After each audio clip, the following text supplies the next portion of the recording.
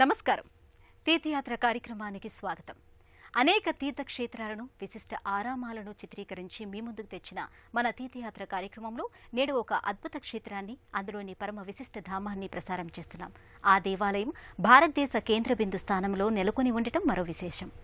దేశవ్యాప్త పీఠాధిపతులు హాజరై ప్రాణప్రతిష్ఠ చేసిన మూల విరాట్టు, ఇతర దేవీ దేవతలతో విరాజిల్లే అత్యంత సుందరమైన దేవస్థానం మధ్యప్రదేశ్ రాష్ట్రంలోని బేతుల్ జిల్లా బాలాజీపురంలోని శ్రీ రుక్మిణి బాలాజీ మందిరం. నేటి తీర్థయాత్రలో ఆ ఆలయ విశేషాలను చూద్దాం.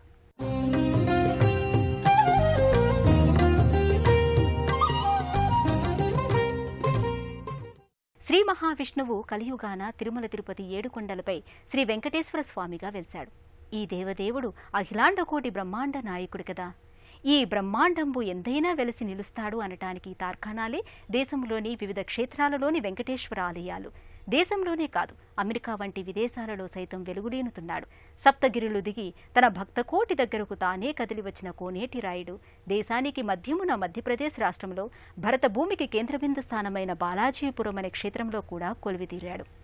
వెంకటాద్రి సంస్థానం బ్రహ్మాండే నాస్తి కించన వెంకటేశ సమోదేవో నభూతో నభవిష్యతి. తిరుమలలోని 7 కొండలలో వెంకటాచలం అనే కొండకు సరిసమానమైన స్థలం ఈ బ్రహ్మాండంలోనే లేదని, ఆ గిరిపైకి వైకుంఠం నుంచి దిగివచ్చి వెంకటేశుడిగా వెలసిన దేవునికి సమమైన దైవం లేనే లేదని బ్రహ్మాండ పురాణంలోని శ్రీ వెంకటేశ స్తోత్రం వెల్లడిస్తోంది. మహాకోపిష్టి అయిన దుర్వాస మహాముని శ్రీ మహావిష్ణువు ఎదపై కాలితో తన్నాడని, దానితో తన స్థలి అయిన విష్ణు వక్షస్థలి అపవిత్రమైపోయిందని విష్ణువును వదలి శ్రీ మహాలక్ష్మి భూలోకానికి వచ్చేసింది. తన లక్ష్మిని వెతుక్కుంటూ భువిపైకి వచ్చి తిరుమల గిరులపై 7 కొండల వెంకటేశ్వరునిగా వెలిశాడు స్వామి. కలియుగవాసుల కోర్కెలు ఈడేర్చే ఆ కోనేటి రాయుడు తిరుమల గిరులపైనే కాక భరతభూమిలో పలుచోట్ల కొలువయ్యాడు. తాను నెలకొన్న చోట్లన్నీ ప్రసిద్ధ క్షేత్రాలై వెలుగొందుతున్నాయి. ఆ రీతిలో మధ్యప్రదేశ్ రాజధాని భోపాల్ మహానగరానికి 200 కిలోమీటర్ల దూరాన బేతుల్ జిల్లా బాలాజీపురం అనే క్షేత్రంలో శ్రీ రుక్మిణి బాలాజీ దేవస్థానంలో కొలువుదీరాడు స్వామి. సాక్షాత్తు తిరుమల తిరుపతి వెంకటేశ్వరుడే ఇక్కడ కొలువయ్యాడా అన్నంత వైభవోపేతంగా ఉంటాడు బేతుల్ బాలాజీ స్వామివారు. మరో మహామహిమాన్వితమైన అంశం ఏమిటంటే, మన భారత భూమికి ఖచ్చితంగా మధ్య బిందువులో ఈ ఆలయం నిర్మితమవ్వడం. ఈ ప్రాంతంలో జన్మించిన అమెరికా ప్రవాస భారతీయుడైన శ్రీ శ్యామ్ వర్మ తిరుపతిలోని శ్రీ వెంకటేశ్వరుణ్ణి తన జన్మభూమిలో ప్రతిష్ఠించుకోవాలని సంకల్పించారు. ఆ దృఢ సంకల్పరూపమే ఇంతటి అద్భుత ఆరామం. 2001వ సంవత్సరం జనవరి 29 నుంచి ఫిబ్రవరి 4వ తేదీ వరకు 7 రోజుల పాటు జరిగిన విగ్రహాల ప్రాణ ప్రతిష్ఠాపనా మహోత్సవానికి దేశంలోని 4 పీఠాల శంకరాచార్యుల వారు హాజరయ్యారు. అందుకే ఇది ఎంతో పరమ విశిష్టమైన ఆలయంగా దేశ విదేశీ తీర్థయాత్రికులను ఆకర్షిస్తోంది. ఆ శ్రీనివాసుడు తను శరణు కోరిన శిష్టుల కష్టాలను శమింపచేసే శంకుచక్రధరుడు, కరుణారసాన్ని ప్రసాదములో పంచే కమల దళాక్షుడు. ఆ కలియుగ దైవం వైకుంఠాన్ని వీడి 7 కొండలపై నెలకొన్నాడు. భక్తజన సామీప్యుడు అనిపించుకోవటానికి ఆ 7 కొండలు దిగి ఎన్నో ప్రాంతాల దేవాలయాల దేవుడయ్యాడు. ఎక్కడైనా వెలిసి నిలిచే వడ్డీ కాసులవాడు మధ్యప్రదేశ్ రాష్ట్ర బాలాజీపురంలో ఈ సుందర ధామంలో మూల విరాట్టై దర్శనమిస్తున్నాడు. ఈ ఆలయకర్త తల్లిగారైన రుక్మిణి గారి పేరున శ్రీ రుక్మిణి బాలాజీగా పూజలందుకుంటున్నాడు. నిత్యాయ నిరవధ్యాయ సత్యానంద చిదాత్మనే సర్వాంతరాత్మనే శ్రీమద్వెంకటేశాయ మంగళం. సర్వాంగ సుందరమైన ఆరామంలో మూల విరాట్టుగా ఆ బాలాజీ స్వామివారు అంతకంటే సుందరాకారుడై అలరారుతున్నాడు. శ్రీమద్వెంకటేశ్వరుడు 6 దంష్ట్రల మకరధ్వజుని తల అలంకృతమైన సింహతోరణం కింద నిలువెత్తు విగ్రహంగా స్థానక భంగిమలో దర్శనమిస్తున్నాడు. ఆ బేతుల్ బాలాజీ స్వామి వెనుక వైపున శ్రీ లక్ష్మీనారాయణుల భారీ విగ్రహాలు నెలకొని ఉండడం మరో విశేషం. కలియుగావతారుని కృతయుగ రూపాన్ని కూడా నెలకొల్పడం ఒక అద్భుతమైన ఆలోచన. ఆ శ్రీమన్నారాయణుడు శంఖచక్ర గద పుష్పాలను తన చతుర్భుజాలతో ధరించి తన దేవేరి సమేతంగా దర్శనమిస్తున్నాడు. భక్తులు ముందుగా బాలాజీ పాదాలను, ఆ తరువాత కటిభాగాన్ని, వక్షస్థలాన్ని, ఆపై స్వామివారి ముఖారవిందాన్ని తేరిపార చూసి భక్తి పారవశ్యంలో మునిగిపోతారు. ఓం శ్రీ వెంకటేశాయ నమః, ఓం శ్రీనివాసాయ నమః, ఓం లక్ష్మీపతయే నమః అంటూ అష్టోత్తర శతనామావళిని మనసులో స్మరించుకొని జై బేతుల్ బాలాజీకి జై అని నినదిస్తారు. తీర్థప్రసాదాల వితరణతో కళ్యాణధాముని శుభాలను ఆశీస్సులుగా అందరికీ పంచుతారు. భక్తులు వినమ్రులై శఠగోపాశీర్వచనాలందుకొని సంతుష్టులవుతారు. అమెరికాలోని ప్రవాస భారతీయుడైన శ్రీ శ్యామవర్మ తన జన్మస్థలి అయిన బేతులకి తిరిగి వచ్చేసి తిరుపతి వెంకన్నను దర్శించిన అనుభూతితో ఆ దేవుణ్ణి తన ప్రాంతాన ప్రతిష్ఠించుకున్నారు. భరతభూమికి ఎంతో విశిష్టమైన దేవస్థానంగా తీర్చిదిద్దారు. విశాలమైన ప్రాంగణంలో ప్రకృతి సౌందర్యాల నడుమ అందమైన ఆలయ నిర్మాణం చేశారు. ప్రవాస భారతీయుడైన శ్రీ శ్యామవర్మ తిరిగి భారతదేశ వాసుడై తిరుమల దేవుణ్ణి తన తల్లిగారైన రుక్మిణీగారి పేరున ఈ ఆలయాన్ని నిర్మించారు. గర్భాలయంలో తిరుమల తిరుపతి దేవదేవుని వలె స్థానక భంగిమలో ఉండే శ్రీనివాసుణ్ణి ప్రతిష్ఠించారు. 15 ఎకరాల స్థలంలో 111 అడుగుల ఎత్తున ఆ ప్రధాన మందిర విమాన శిఖరం గగనతలాన్ని అంటుతున్నదా అన్నట్లుంటుంది. నీలాల నింగిలో తెల్లని మేఘాలు పదే పదే ఈ ఆరామ గోపురాల చుట్టూ తిరుగాడుతూ అపురూప ఆలయ నిర్మాణాలను చూసి పరవశించిపోతున్నాయా అన్నట్లుంటాయి. ప్రవేశద్వారమే ఒక అద్భుత ఆర్చిగా రూపొందించారు. ప్రవేశద్వారానికి ఇరువైపులా 2 గజములు తమ మోరలెత్తి తొండాలను పైకెత్తి అభివాదం చేస్తూ తీర్థయాత్రికులను సాదరంగా ఆహ్వానిస్తున్నట్లుంటాయి. ఆ ద్వారం ముందు వెనుక వైపున ఒకే విధమైన శిల్పాలు అమర్చారు. అటూ ఇటూ 5 కలశాలు, మధ్యలో 9 కలశాలున్న చిరుమందిరాలు ఆ ద్వారంలో ఇమిడ్చారు. ఆది దంపతులైన శివపార్వతులు ఆసీన భంగిమలో ఉన్న శిల్పాలు, గణపతి, కుమారస్వామి, బ్రహ్మ విష్ణువులతో పాటు నారద తుంబురుల మూర్తులు కూడా వర్ణరంజితంగా నెలకొని ఇక్కడికి వచ్చే భక్తుల మనసులను ఆధ్యాత్మిక చింతనలోకి లీనం చేస్తున్నాయి. లోపలికి అడుగిడిన యాత్రికులకు ఒక అందమైన ఉద్యానవనంలోకి వచ్చామా అన్న ఆహ్లాదం కలుగుతుంది. ఆ ఆవరణంతా సరస్సులు, కొలనులు, వాటిలో నీళ్లను రకరకాల భంగిమల్లో వెదజల్లే ఫౌంటైన్లు కనిపిస్తాయి. ఆ జలాశయాలకిరువైపులా బాటల వెంబడి పూర్ణ కుంభాలను శిరముపై ధరించిన వనితామణుల నిలువెత్తు విగ్రహాలుంటాయి. ఆ భామినులు దేశంలోని వివిధ రాష్ట్రాల నుంచి వచ్చారా అన్నట్టుగా వారి వారి సంస్కృతి సంప్రదాయాలను వ్యక్తం చేసే వస్త్రాలంకరణలతో, కట్టుబొట్టుతో ఉంటారు. మరోవైపు 5 తలల కాళీయమర్దనం చేస్తోన్న బాలకృష్ణుని విరాట్ ప్రతిమ ఎంతో ముచ్చటగొలిపేలా ఉంటుంది. మరో పెద్ద సరస్సు మధ్యమున తపోభంగిమలో ఉన్న పరమశివుని ప్రతిమ ఎంతో ఆకర్షణీయంగా ఉంటుంది. అపర వైకుంఠంలా ఎంతో వైభవోపేతంగా భాసిల్లే ఆలయ ఆవరణలో విహరించి ప్రధానాలయం చెంతకు చేరగానే ఒక భవ్యమందిరం కనుల ముందు ప్రత్యక్షమవుతుంది. బురుజులు, ప్రాకారాదులు, రకరకాల నగిశీల నిర్మాణంతో కూడిన గవాక్ష్యాలతో రాజమహల్ వంటి నిర్మాణం మనలను అబ్బురపరుస్తుంది. అటు ఉత్తర భారతానికి, ఇటు దక్షిణ భారతానికి వారధిలా, ఇరు సంస్కృతుల, ఇరు ఆధ్యాత్మికతల మేళవింపుగా ఈ బాలాజీ దేవస్థానం వెలుగొందుతోంది. ఇరు ప్రాంతాల ఆగమ వాస్తురీతులకు, శిల్ప గోపురాది నిర్మాణాలకు అద్దం పడుతోంది ఈ ఆరామం. భరత నేలకు కేంద్ర బిందు స్థానంలో నెలకొన్న ఈ ఆలయం ఎంతో విశిష్ట దైవాలకు ఆలవాలంగా ఉంది. బాలాజీ స్వామివారితో పాటుగా ప్రతిష్ఠితులైన దేవుళ్లందరినీ దర్శించుకుందాం రండి.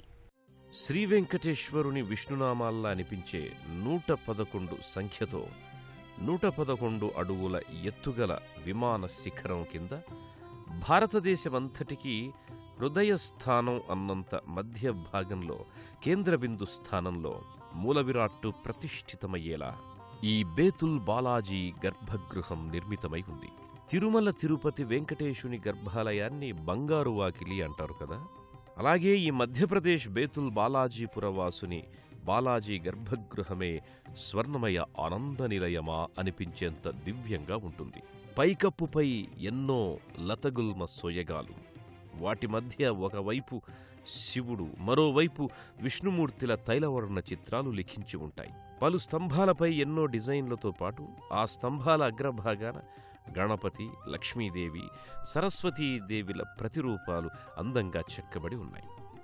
ఆ బంగారు గర్భగృహాన ఎన్నిసార్లు చూసినా తనివి తీరనంత వైభవంగా బాలాజీ స్వామి, ఆ స్వామి వెనుక గోడకు స్థానక భంగిమలో నెలకొన్న లక్ష్మీనారాయణుల రూపాలు భక్తులను అలరిస్తాయి. మూలవిరాట్టుకి సకల సేవలు చేసిన తరువాత అదే ముఖమంటపంలో కొలువైన వివిధ దేవతలని వరుసగా దర్శించుకుంటారు భక్తులు. సౌందర్యానికే కన్ను కుట్టేంత సుందరాకారుడైన శ్రీకృష్ణుడు తన ఇష్టసఖి రాధతో కూడి పాలరాతి శిల్పాలై ఒక ఉపమందిరాన కొలువుదీరి ఉన్నాడు. వేణువుని ఊదుతూ నృత్య భంగిమలో ఉన్న ఆ రాధాకృష్ణుల రూపాన్ని ఎంతసేపు చూసినా తనివి తీరదు. ఆ పక్కనే ప్రథమ పూజ్యదేవుడైన గణపతి సిద్ధివినాయకుడిగా ఒక అద్దాల మంటపాన కొలువై ఉన్నాడు. చతుర్భుజుడైన ఆ వక్రతుండ మహాకాయుడు ఎర్రటి వస్త్రాలను ధరించి చూడచక్కగా ఉంటాడు. ఈ గణేశ కుమారుని చెంతనే తండ్రి శివయ్య రుక్మిణీ మహాదేవుడిగా, మరో ఉపాలయ దేవుడిగా దర్శనమిస్తున్నాడు. నల్లని సాలగ్రామ శిలాలింగ రూపుడిగా ఆ తండ్రి దివ్యమైన దర్శనాన్ని అనుగ్రహిస్తున్నాడు.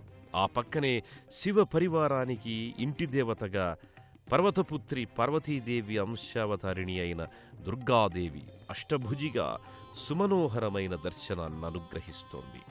చిరుదరహాసి అయిన ఆ దుర్గామాత దుష్టులకు అపర కాళికగా, శిష్టజనులకు సకల దురితాలను దుర్గతులను తొలగించే దుర్గామాతగా కనిపిస్తుంది. దుమ్ దుర్గాయ నమః అంటూ కొలిచే భక్తులను చల్లగా కాచి కాపాడుతుంది. 111 అడుగుల ఎత్తుగల ప్రధాన ఆలయ నిర్మాణం గల బాలాజీ భవ్య దేవస్థానం 15 ఎకరాల విస్తీర్ణంలో పరుచుకున్న ఆధ్యాత్మిక పుణ్యస్థలి. ఈ అపర తిరుమల తిరుపతి మరెన్నో ఆలయాల సమాహారం. ఒకసారి మనము ఒక విహంగమై గగనతలాన్న విహరిస్తూ ఈ అపురూప ఆలయాల ఆవరణ అందచందాలను, ఇక్కడ నెలకొన్న వివిధ ఉపమందిరాలను వీక్షిద్దాం. ఎత్తైన శివలింగాకారంలో నెలకొన్న శివమందిరంలో 12 జ్యోతిర్లింగాలన్నింటినీ ఒకే చోట దర్శించుకుందాం. తెలిమబ్బుల ఆకాశం కింద ఆకుపచ్చని తివాచీపై పరమ సుందరంగా నిర్మించిన కట్టడం ఈ బేతుల్ బాలాజీ మందిరం. ఒకటా రెండా అనేక కట్టడాలు వైవిధ్యభరితమైన నిర్మాణ రీతితో అలరారుతున్నాయి. కొన్ని పురాతనత్వాన్ని, మరికొన్ని నిర్మాణాలు ధార్మికతను, మరికొన్ని పౌరాణికతను వ్యక్తం చేస్తున్నట్లుగా ఉంటాయి. ఒకవైపు సరోవరాలు, వాటికిరువైపులా పూర్ణ కుంభాలను ధరించిన వనితామణులు, మరోవైపు కాళీయమర్దనం చేసి భక్తజనులను గోవులను రక్షిస్తున్న బాలకృష్ణుని ప్రతిమ, ఇంకోవైపు తపోముద్రలో ఉన్న పరమశివుని శిల్పాకృతి సందర్శకులకు పరమాద్భుత ఆధ్యాత్మిక అనుభూతిని కలిగిస్తుంది. ఆ పౌరాణిక విశేషాలను చూస్తూ ఒక విరాట్ శివలింగాకారంలో ఉన్న 12 జ్యోతిర్లింగ మందిరానికి విచ్చేస్తారు భక్తులు. ఆ భారీ శివలింగాకారంపైనే శివుని ముఖ ప్రతిమ, శివుని ఆభరణంగా ఉన్న నాగఫణీంద్రుడు కూడా అలంకృతమై ఉంటారు.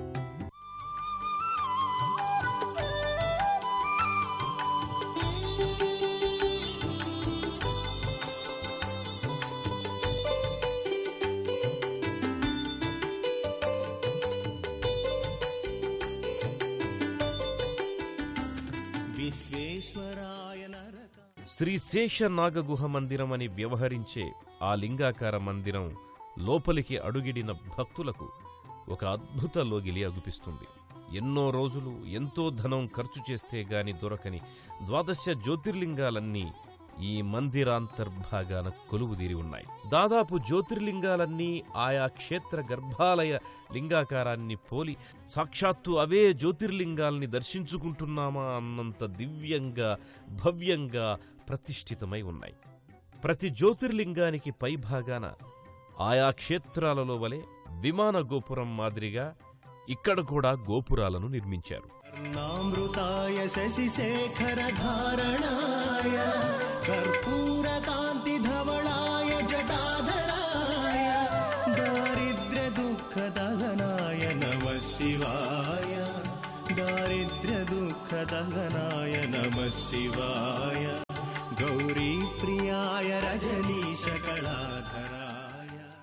సోమనాథ్ క్షేత్ర సోమనాథేశ్వర జ్యోతిర్లింగం, శ్రీశైల మల్లికార్జున జ్యోతిర్లింగం, ఉజ్జయిని మహాకాళేశ్వర జ్యోతిర్లింగం, ఓంకార క్షేత్ర ఓంకార మమలేశ్వర జ్యోతిర్లింగం, కేదార్నాథ్ క్షేత్ర కేదారేశ్వర జ్యోతిర్లింగం, భీమశంకర క్షేత్ర భీమశంకర జ్యోతిర్లింగం, కాశీక్షేత్ర విశ్వనాథ జ్యోతిర్లింగం, త్రయంబకంలోని త్రయంబకేశ్వర జ్యోతిర్లింగం, పరళి వైద్యనాథ జ్యోతిర్లింగం, నాగేశ్వర క్షేత్ర నాగేశ్వర జ్యోతిర్లింగం, రామేశ్వరంలోని రామేశ్వర జ్యోతిర్లింగం, కృష్ణేశ్వర క్షేత్ర జ్యోతిర్లింగం, ఇలా 12 సుక్షేత్రాల జ్యోతిర్లింగాలను ఇక్కడే ఈ బాలాజీపురంలోనే దర్శించుకొని భక్తులు తన్మయానంద భరితులవుతారు. కాళాంతకాయ భుజగాధిప కంకణాయ గంగాధరాయ గజరాజ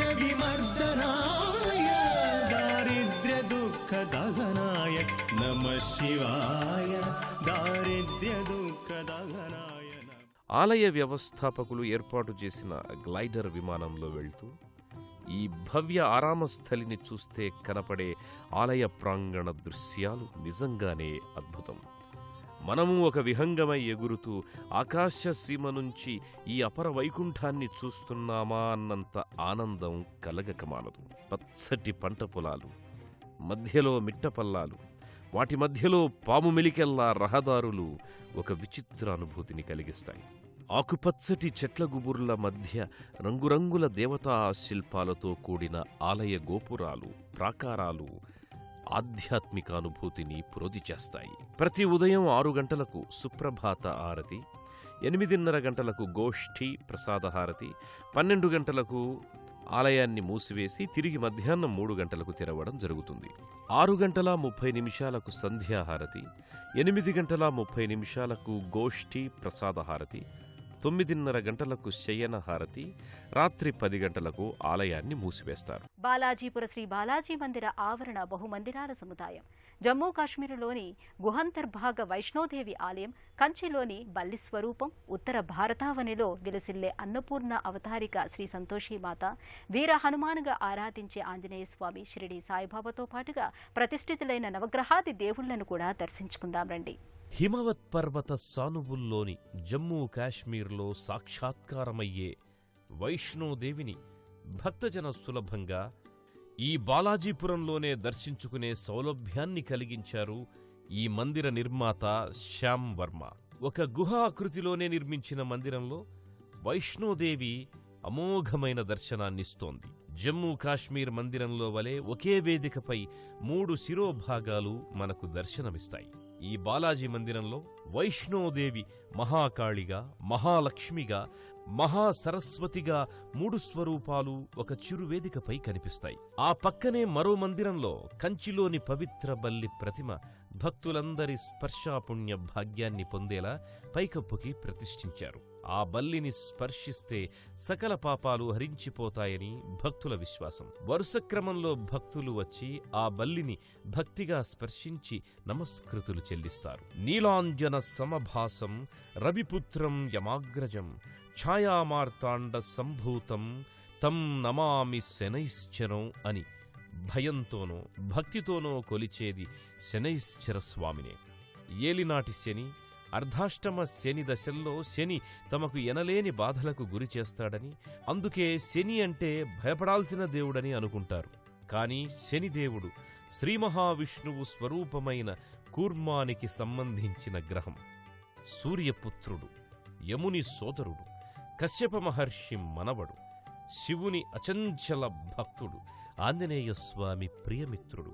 అందుకే పీడించే పాషాణరూపుడిగా కాక అనుగ్రహించే అభయమూర్తిగా శనిదేవుణ్ణి ఈ మందిరంలో ప్రతిష్ఠించారు. సూర్యపుత్రో దీర్ఘదేహో విశాలాక్ష శివప్రియ మందచారః ప్రసన్నాత్మ పీడాం హరతు మే శనీః అంటూ నిత్యం తైలాభిషేకాలు చేస్తుంటారు. అందుకే నల్లగా నిగనిగలాడుతుంటాడు శనీశ్వర స్వామి.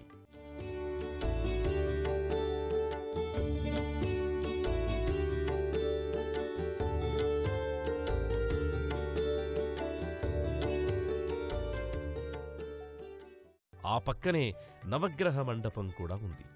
ఆ నవగ్రహాలకు ప్రదక్షిణాది అర్చనలు చేస్తారు.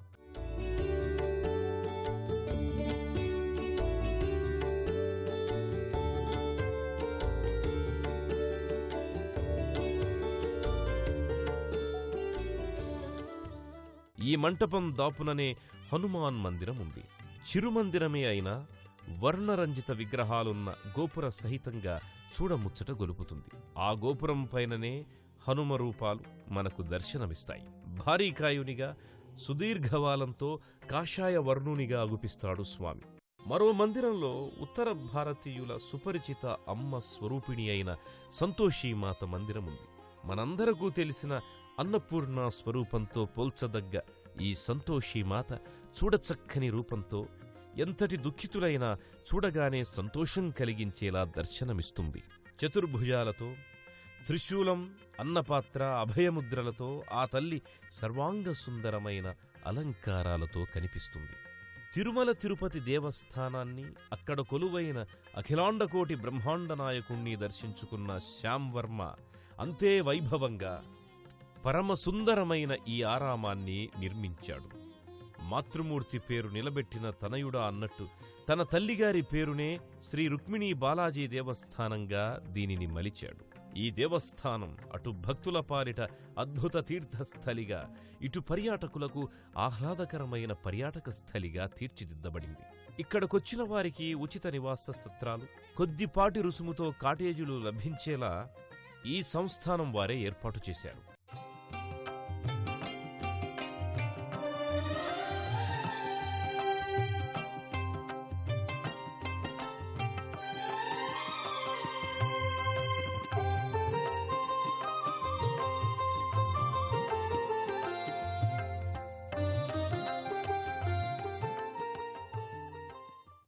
అనాథ రక్షక గోవింద, ఆపద్బాంధవ గోవింద, శరణాగత వత్సల గోవింద, కరుణాసాగర గోవింద అని ఎవరు వేడినా వెంటనే వేంచేసే వేల్పు వెంకటేశ్వరుడు.